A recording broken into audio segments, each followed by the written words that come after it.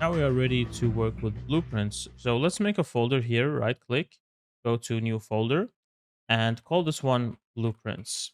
And inside of this blueprints folder, let's right click and select blueprint class. Now we are going to make a character. So I am going to select this character class. However, if you're not familiar with the blueprint classes, the first one is an actor. And the actor is simply just an actor that can be placed in the world. For example, a table, a chair, a bottle, just a static actor that is just there. The pawn is something you can control.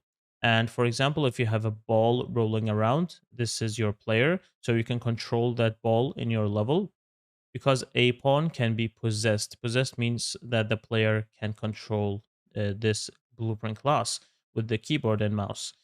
Now we are going to create a character because it has the ability to walk around. So you can imagine like a human being with two arms, two legs walking around. Then you have to select a character. If your character is simply a ball rolling around, then it is sufficient to just go with a pawn. However, we have characters, so go ahead and click on character, and I'm going to call this one BP player base. Now, why did I not just call it BP player? Why did I call it BP player base? And this is what this lesson is about. It's about parent and child blueprint classes. Now, I am going to create it here first before I explain it. So let's right click this BP player base and select create child blueprint class. And let's call this one BP terrorist. And let's right click it again and go ahead and call it BP counter terrorist. Okay, so what this is, what parent and child blueprint classes are. Right now we created a blueprint class, and from that we right clicked and made a child blueprint class. So what this does is if I change settings inside of this this parent blueprint class, these changes will be carried over to the counter terrorist blueprint class and the terrorist blueprint class. So let's say I went into the player base and inside of here, I went to the character movement component and then I changed the maximum walk speed. Let's say I wanted my character to walk slower. So I went over here and I wrote to 50. I reduced the speed. I clicked on compile to save my settings here. And then I went over to, you can see now they have this star, and the star means that they need to be saved.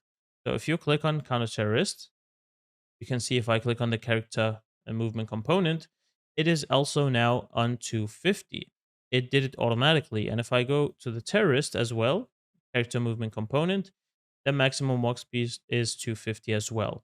So you can see if you change things in the parent blueprint class, all of its children will change this setting as well. And this will save you a lot of time. Let's say, for example, Fortnite. If you're playing Fortnite, let's say you're a developer of Fortnite, and you have this player base, and then you have all the skins in Fortnite. So you have all the skins, all the player skins that you're controlling. So when you change a setting in the player base, it will change the setting for all of the skins. Let's say again, for example, the speed they are walking at. Instead of changing the walk speed for each single character in Fortnite, it is very easy to just go in the parent blueprint class, change the speed, and it will take effect on all the blueprint children. Okay, so that's why we create parent blueprint classes and child blueprint classes. For example, the movement, we are going to do the movement with the keyboard inside of the player base because we don't need to code the same movement in the counter terrorist and the same movement in the terrorist when they have the exact same movement. They move the same way, either if you're a counter terrorist or terrorist, doesn't matter. The movement is the same, and this is why it's better to do it in the player base, so you just have to do it once. Okay, so I'm going to change the max walk speed back to 600 in the player base, compile. And as you can see in the counter terrorist and terrorist, they are changed back to 600. So this is how we're going to work. We're going to mainly do things inside of the parent blueprint class. And when they have specific things that are not similar, then we are going to do them inside of the children here.